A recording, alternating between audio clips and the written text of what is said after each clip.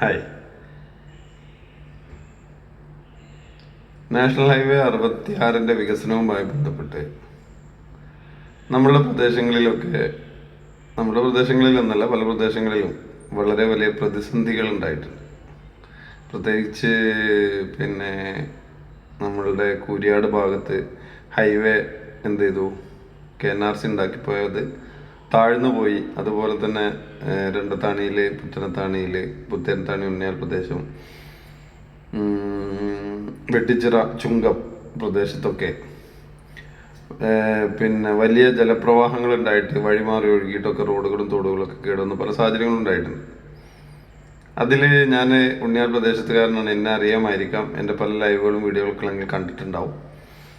അതിൽ ഉണ്ടായിട്ടുള്ളൊരു സംഗതി എന്താണെന്ന് വെച്ച് കഴിഞ്ഞാൽ, അതിൻ്റെ നമ്മളുടെ നിയമ പോരാട്ടങ്ങളും അതുപോലെ തന്നെ പല സംഗതികളും വീഡിയോസും അതേപോലെ തന്നെ അധികാരികളെ കാണൽ, അതിൻ്റെ കുറേ സംഗതികളിൽ ഒരു ഇടപെട്ട ഒരാൾ എന്നുള്ള നിലയിൽ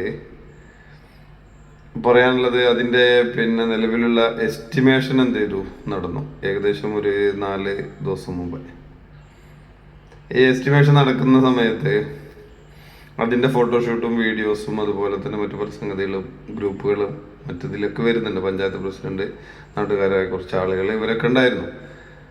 അൽഹംദുലില്ലാ, നല്ലതാണ്, നടക്കേണ്ടതാണ്, അത് തന്നെയാണ് നടക്കേണ്ടത് എന്ന് പറയുന്ന ഒരാളാണ് ഞാൻ. പക്ഷേ ആ കമൻറ്റിൻ്റെ വന്ന വീഡിയോസിൻ്റെ ഇടയിൽ, കമൻറ്റിൻ്റെ ഇടയിൽ ഒരു കമൻറ്റ് കാണാനിടയായി. ഞാനറിയുന്ന ഒരു സഹോദരനാണ്, പേര് ഞാൻ പറയുന്നില്ല. പക്ഷെ ഞാൻ പറയുന്നത് എന്താ വെച്ച് കഴിഞ്ഞാൽ, ഇതിൽ ലൈവ് ഇടുന്ന സലാമിന് അഭിനന്ദനമൊന്നുമില്ലേ? MLAക്കും MP ക്കും മറ്റു പല ആളുകൾക്കും ഒക്കെ അതിൽ അഭിനന്ദനമുണ്ട്. അപ്പം എന്താ അതിലെന്താ സലാമിന് അഭിനന്ദനം ഇല്ലേ എന്ന് ചോദിച്ചിട്ടാണ്. അത് ആ കെട്ടുമട്ടും അതിൻ്റെ ഭാവമൊക്കെ കാണുമ്പോൾ നമുക്ക് മനസ്സിലാവും അത് നമ്മളൊന്ന് കോറിയതാണ്. ഓക്കെ, അപ്പോൾ എന്തായാലും അത്തരം സംഗതികളിൽ ഒരിക്കലും ഒരു എന്താ പറയുക, അങ്ങനെ ഒരു അഭിനന്ദനം വേണം, കിട്ടണമെന്ന് ആഗ്രഹിക്കുന്ന ഒരാളല്ല സലാം എന്ന് ആ സഹോദരൻ ആദ്യമായിട്ട് മനസ്സിലാക്കുന്നത് നന്നാവുമെന്ന് ഞാൻ പറയുന്നു. നമ്മൾ മനുഷ്യൻ എന്നൊരു സാമൂഹ്യ ജീവിയാണ് അല്ലേ, നമുക്കൊക്കെ അറിയാലോ. അതുപോലെ തന്നെയാണ് സലാമിനെ സംബന്ധിച്ച് സാമൂഹിക പ്രവർത്തനം എന്ന് പറഞ്ഞു കഴിഞ്ഞാൽ വളരെ വലിയ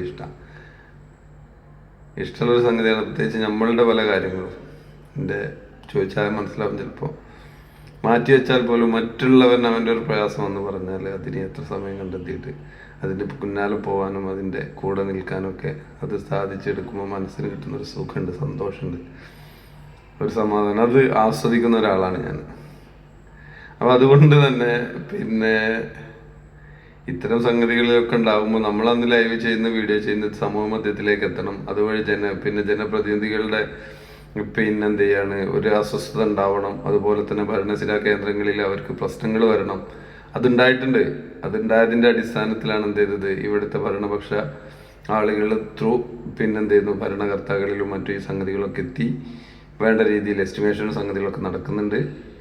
പറ്റാവുന്ന ആളുകൾ നമ്മൾ പറ്റാവുന്ന രീതിയിലൊക്കെ അപ്രീഷിയേറ്റ് സംഗതിയൊക്കെ ചെയ്യുന്നുണ്ട്. ചാനലുകളിൽ കൊടുത്തിട്ടുണ്ട്. ന്യൂസ് 18 പോലത്തെ ചാനലുകൾ വരെ ഈ വാർത്തകൾ എത്തിക്കുന്നതിലൊക്കെ വലിയൊരു പങ്കുവഹിച്ചിട്ടുണ്ട്. അപ്പോൾ ഇത്തരം സംഗതികളിലൊക്കെ വന്നതുകൊണ്ട് തന്നെയാണ് എന്ത് ചെയ്തത്, ഇതിനൊക്കെ ഇത്തരം ഇടപെടലുകളൊക്കെ ഉണ്ടായിട്ടുള്ളത്.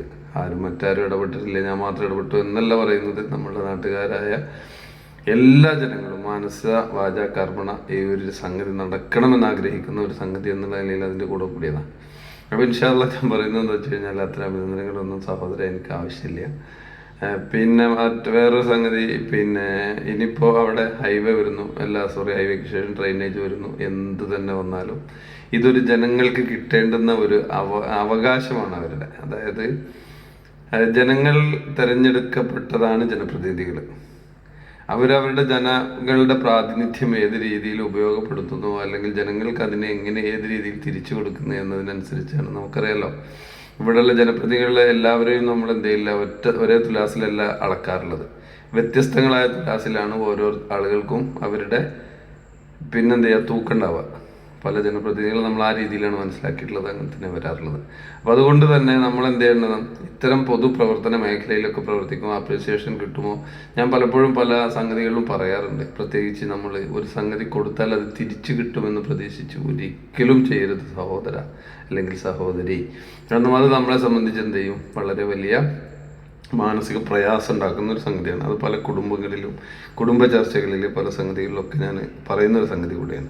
അപ്പോൾ ഇൻഷാ അല്ലാഹ് നമ്മൾ എന്ത് ചെയ്യേണ്ടതുണ്ട്, ഈ സംഗതികളിൽ നമ്മൾ അതിനാ ഒരു രീതിയിലാണ് ഇതിനെ നോക്കിക്കാണേണ്ടത് എന്നാണ് എനിക്ക് പറയാനുള്ളത്. അതുപോലെ തന്നെ അവിടെ എന്ത് ചെയ്യേണ്ടതുണ്ട്, ഡ്രൈനേജ് വരണം. ഞാൻ പല വീഡിയോകളിലൊക്കെ പറഞ്ഞിട്ടുണ്ട്, ഇതിൽ എന്താണ് ഇവിടെ ശാശ്വത പരിഹാരം എന്ന് കൃത്യമായിട്ട് പറഞ്ഞിട്ടുണ്ട്. പറയേണ്ട ആളുകളെ പറയേണ്ട രീതിയിൽ ധരിപ്പിച്ചിട്ടുണ്ട് ഇൻഷാ അല്ലാഹ്. അപ്പോൾ അതുകൊണ്ട് തന്നെ എന്ത് ചെയ്യാണ്, ഇനിയും ആ സംഗതിയുമായി മുന്നോട്ട് വരട്ടെ. അവിടെ നടക്കേണ്ടത് തന്നെയാണ് നടക്കുന്നത്. അത് ഏത് രീതിയിൽ നടന്നാലും അൽഹംദുലില്ലാ അത് ഞങ്ങളുടെ നാട്ടുകാരായ ഞങ്ങളുടെ ആവശ്യമാണ്. അത് നടക്കേണ്ടതാണ്. അത് നടക്കട്ടെ. ആര് ത്രൂ ഏത് രീതിയിൽ എങ്ങനെ നടക്കുന്നു എന്നതല്ല കാര്യം, അത് നടക്കൽ നിർബന്ധമാണ്. നടക്കട്ടെ. എല്ലാവിധ ഭാവുകങ്ങളും. ബൈ.